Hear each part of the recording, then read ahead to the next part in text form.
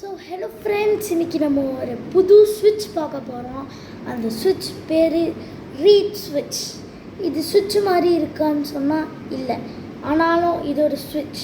இது எப்படி செஞ்சுருப்பாங்கன்னா, 2 மெட்டல் கம்பி, அதுக்கடுத்தது உள்ள ஒரு இந்த இடத்துல ஒரு கிளாஸ், இந்த மாதிரி தான் இருக்கும் ரீட் ஸ்விட்ச். இது பேர் ரீட் ஸ்விட்ச்.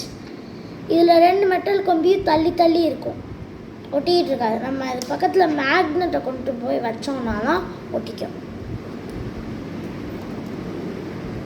ஸோ அந்த ரீட் ஸ்விட்சை நம்ம டெஸ்ட் பண்ணி பார்த்துடலாம் எப்படி வேலை செய்யுதுன்னு. இப்போ பார்த்தீங்கன்னா நான் ரீட் ஸ்விட்சை மாட்டிட்டேன். இதுதான் ரீட் ஸ்விட்சு. எல்இடி லைட்டை உங்கள் பக்கத்துலேயே கொண்டு வந்து வச்சிடுறேன். இங்கே கீழே உங்களுக்கு தெரிகிற மாதிரி இங்கே வச்சுட்டேன். இருக்கிறதுல கீழே பார்த்தீங்கன்னா இங்கே தெரியும்.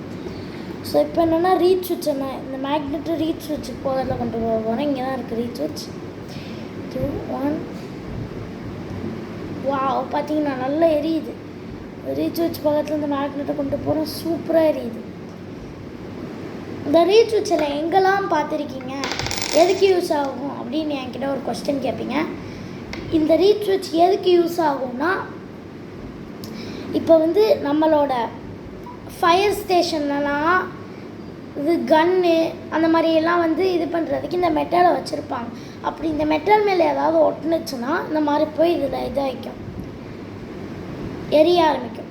அதுதான் அந்த இது நம்ம ஸ்கேன் பண்ணல நம்மளை, அது யூஸ் பண்ணும் இந்த மாதிரி ஸ்விட்ச்லாம். ஸோ தேங்க்யூ ஃப்ரெண்ட்ஸ், என் வீடியோவை பார்த்ததுக்கு. இது உங்களுக்கு ரொம்ப புரிஞ்சு நல்லா புரிஞ்சிருந்துச்சுன்னா லைக் அண்ட் சப்ஸ்கிரைப் பண்ணுங்கள். தேங்க்ஸ்.